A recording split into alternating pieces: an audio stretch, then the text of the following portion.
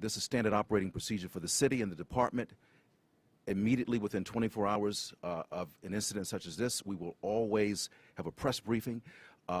We're not 100% of the way there. There will be additional investigations and so forth, but we're sharing with all of you and the public what we have at this particular point in time. We'll hear from Mayor Cranley, followed by Chief Isaac, who will walk us through the incident, through the video, the audio that we have at this time. Mayor Cranley. Hello, is this work? I guess it's not working. First of all, let me say I'm here with Law and Public Safety Chairman Christopher Smitherman. I thank him for his presence. Secondly, we always regret the loss of life, no matter what the circumstances, so we want to extend our prayers to the family of the suspect. It's always sad to see a life lost. However, it's clear, based on my review, that the officers were justified in their actions and that the suspect, as you'll see in a minute, was reaching for a gun. This is the second time in a couple months in District 3 where this has happened. And, you know, our officers have a very tough job, and they've got to make decisions in difficult circumstances. And what I have heard consistently across the city is people want an end to gun violence. And they want to know that we support our officers who need to apprehend people reaching for guns, not listening to officers. And I just want there to be a clear, consistent message that when our officers are faced in a situation where their lives are in danger and someone is not listening to their commands and reaching for a gun, that their lethal action is justified, although unfortunate. And we are here to stand in support of our officers making tough decisions to keep our city safe. Thank you very much. Good morning, everyone. To echo the mayor's comments, anytime there's a loss of life, it's a very sobering time for us here at the department. Our thoughts and prayers go out to the family of the individual involved and also the family and the officers involved in this as well. Yesterday evening or yesterday afternoon, about 4:42 p.m., we received an initial 911 call regarding an individual waving a gun at 2868 Durham Avenue in District 3 in the Westwood neighborhood. We're going to play that initial 911 call for you right now. Cincinnati 911, what's the address of the emergency? 2868 Durham Avenue. There's a man out there, D-I-R-H-E-I-M. There's a man out there waving a gun and his kid there. Upon further investigation, it revealed that the individual who made this initial 911 call is the girlfriend of the individual that was involved in this incident. 911, our emergency communication center, received several additional calls of an individual who was involved in a vehicle crash some distance away that also matched the description of the individual from the initial call. So we're going to play that 911 call for you right now. Hi, I'm at the corner of Harrison and Dewdale. And a gentleman just wrecked his car.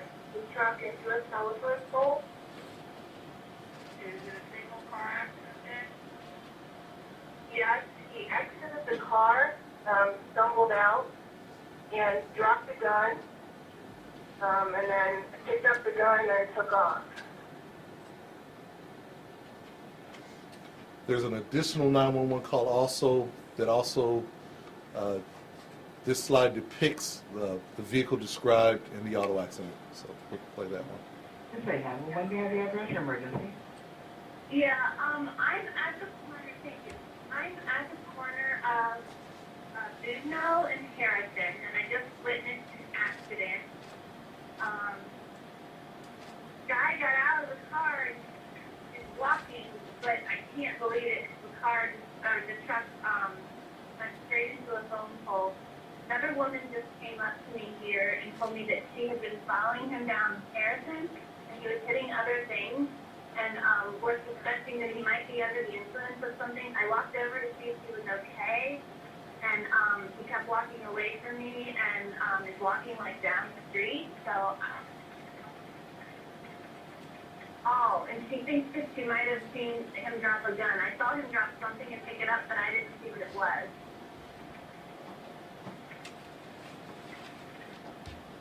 Is that him over there across the street, or did he keep walking?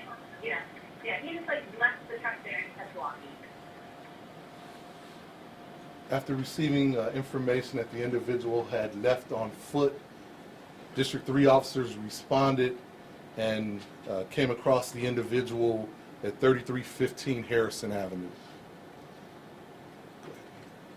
This is the radio traffic once the incident occurred. 43 shots fired. Once we have the shot fired. 3211. 3315 here. 3315 here, Ryan. Do you see advised shots fired? 3315 Harrison. 3315 Harrison. Ready to everything early now. Did they take effect? Okay, any unit? Yes, we're going to need someone to shut down the north end of Harrison and go in the city side. The unit for northbound Harrison.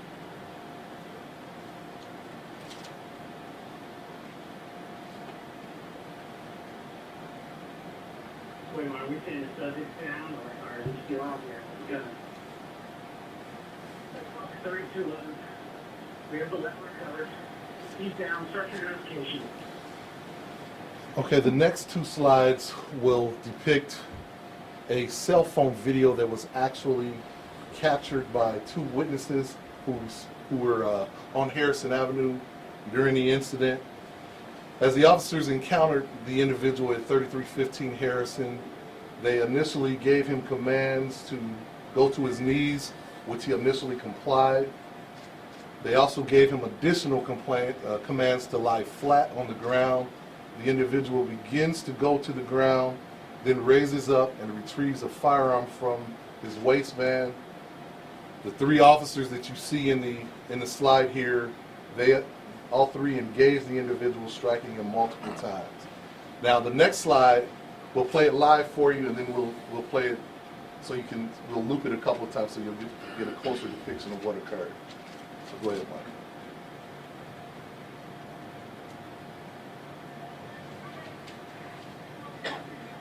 Please do it. Please do it. Please do what you're asked.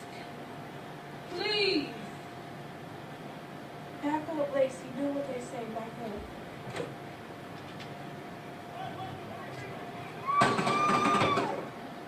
It's also to be noted that there were several other officers that were on the scene. Those three officers that had the vantage point to see him directly, they were the three officers that engaged the individual. As you can see, as he initially starts to go to the ground, he raises up with his right hand, reaches to his waistband. You can see the reaction of the officers. They fire multiple rounds, striking the individual.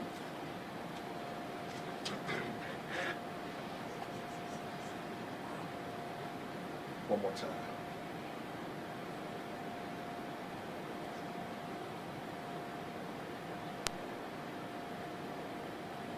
Next slide.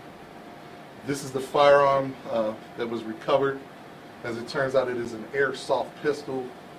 However, a very realistic looking firearm. The officers involved are Police Specialist Scott McManus, been with the department since 1993, assigned to District 3. Officer Zachary Sterling joined the police department in 2007, also assigned to District 3. And Officer Eric Kohler joined the department in 2006, assigned to District 3. The individual involved, and now deceased, is Mr. Paul Gaston, born in age 37, born in 1978. At this time, I'll take a few questions. Chief, how far did he get the gun that you reached for in the waistband out of his waistband?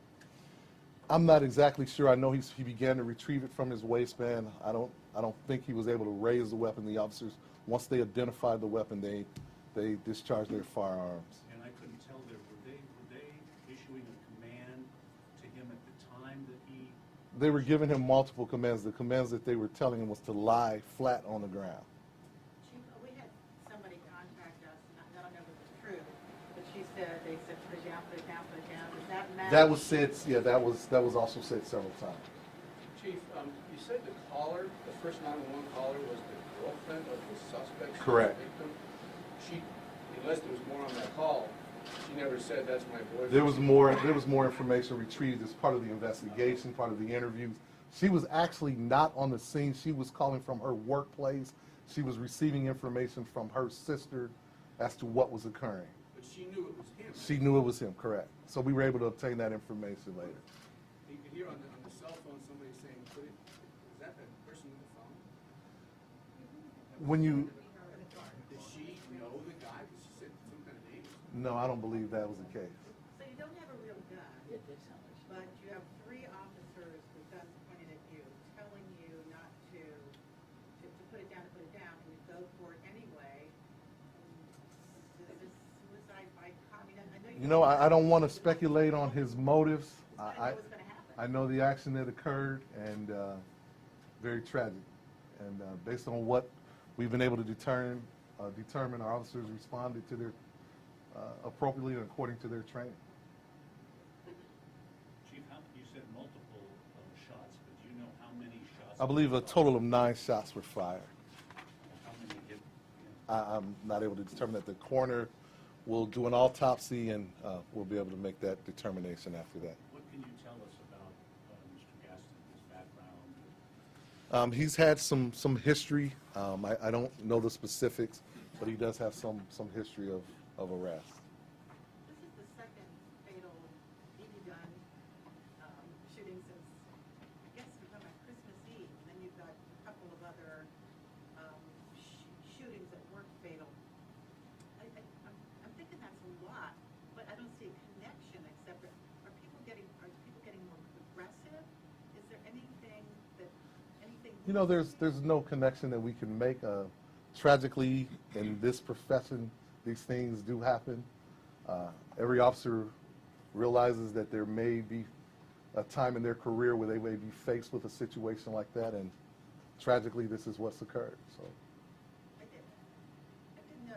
I also thought that people who called in kind of tell them they were calm, they were trying to do the right thing. We received some very good information and some very good witnesses to this incident. It was very helpful in us being able to get to this point so far. So. Chief, do you know if the officers knew that he had a gun in his waistband before he reached for it? I don't believe they knew where it was. They knew via communications that he was in possession of a firearm. So, okay, thank you. For your time, appreciate it.